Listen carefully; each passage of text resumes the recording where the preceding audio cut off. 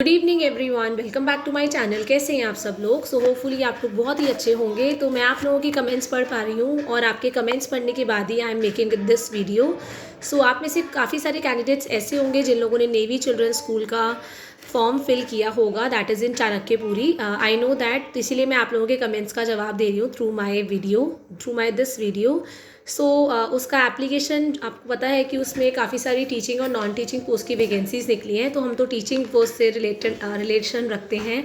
तो आपकी जो टीजीटी फिजिकल एजुकेशन की वैकेंसी है, प्राइमरी टीचर की और बाल वाटिका की वैकेंसी है, इसी के बारे में हम लोग डिस्कस करेंगे। आपको लोगों को पता है कि 100 रुपीज़ का एप्लीकेशन फॉर्म है और आप लोगों को 7 नवंबर तक आपको अप्लाई करना है and through online only, and 100 rupees आपकी एप्लीकेशन फ़ी है।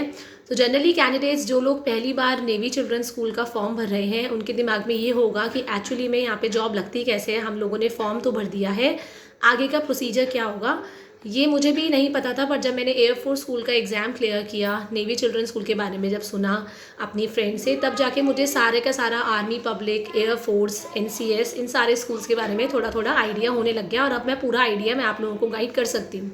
तो सबसे पहले अन लोगों का जो भी स्कूल्स हैं, चाहे नेवी चिल्ड्रन है, चाहे आर्मी पब्लिक है, चाहे एयरफोर्स स्कूल है, इसमें जो पहला स्टेप ये होता है आपका फिलिंग ऑफ एप्लीकेशन फॉर्म। अब आप लोगों ने 100 रुपये लगा के फॉर्म तो ये भर दिया है 7 नवंबर तक, जिसका आपका फॉर्म है कि एप्लीकेशन डेडलाइन है। उसके बाद आपके फॉर्म की शॉर्ट लिस्टिंग होगी। इसका मतलब ऐसा नहीं है कि आपने 100 रुपये दे के फॉर्म भरा है तो आप लोगों को पक्का एग्ज़ाम, रिटर्न एग्ज़ाम देने का मौका मिलेगा, ऐसा बिल्कुल भी नहीं है। आपके फॉर्म को अच्छे से स्क्रूटनाइज किया जाएगा, अच्छे से पढ़ा जाएगा बाय द कंसर्न अथॉरिटी। आपके एक्सपीरियंस को देख के, आपकी क्वालिफ़िकेशन को देख के ही आपका एग्ज़ाम, जो आपका जो फॉर्म होता है वो शॉर्टलिस्ट होता है। अगर आपकी क्वालिफ़िकेशन अच्छी है related to the post and अगर आप एक्सपीरियंस कैंडिडेट हैं, तो चांसेस ज़्यादा बढ़ जाते हैं आप लोगों का रिटर्न टेस्ट में अपीयर होने के।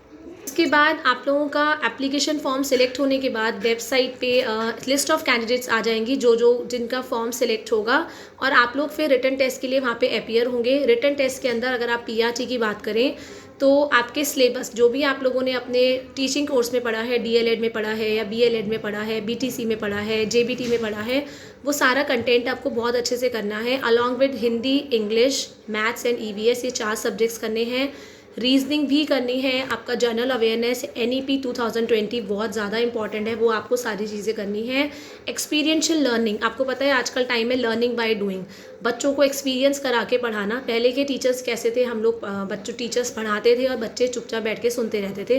बट अब आप पढ़ाएंगे, बच्चे एक्सपीरियंस करे, बच्चा उसको फील करे। फॉर एग्जाम्पल, अगर आप लोग प्लांट्स के बारे में पढ़ा रहे हैं तो आप लोग बच्चों को गार्डन में ले गए और बच्चों से क्वेश्चनिंग करी, प्लांट्स दिखा के, what is the colour of leaves, what is the colour of flowers, why these leaves are green. तो ये एक्सपीरियंशियल लर्निंग, इनसे रिलेटेड आपसे क्वेश्चंस पूछे जाएंगे। एंड अगर आप लोगों का रिटर्न टेस्ट अच्छा होता है, उसके बाद तीसरा कॉल आपका आता है, चाहे मेल के थ्रू आए चाहे कॉल के थ्रू आए, आपको इंटरव्यू के लिए कॉल किया जाता है।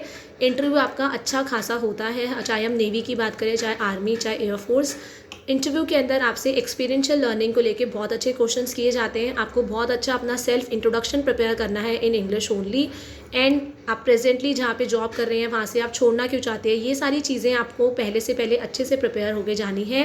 एंड सिचुएशन बेस्ड क्वेश्चन ज़रूर पूछे जाते हैं। फॉर एग्जाम्पल, आपको एक सिचुएशन दे दी, आप बच्चों के साथ, आपको बच्चों को ट्रिप पे लेके गए हो, चाहे नेशनल पार्क गए हैं, चाहे हम कहीं म्यूजियम गए हैं, उसके बाद आप उनसे अगर आपको ये टॉपिक पढ़ाना है तो कैसे कराएंगे, तो ऐसे रिलेटेड क्वेश्चंस किए जाते हैं। एंड अगर आप लोगों का इंटरव्यू भी अच्छा जाता है तो इंटरव्यू देन वहाँ पे छोटा सा डेमो भी हो सकता है, तो डेमो के लिए प्रिपेयर होके जाना है। कोई टॉपिक आपको दे देंगे और बोलेंगे पढ़ा के दिखाओ।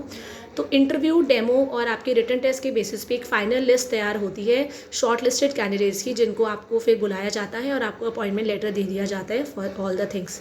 तो ये आपका टोटल प्रोसीजर होता है। स्टिल अगर आपको कैसा भी कोई भी डाउट है, you can always ask me in the comment section. Thank you everyone, have a nice day.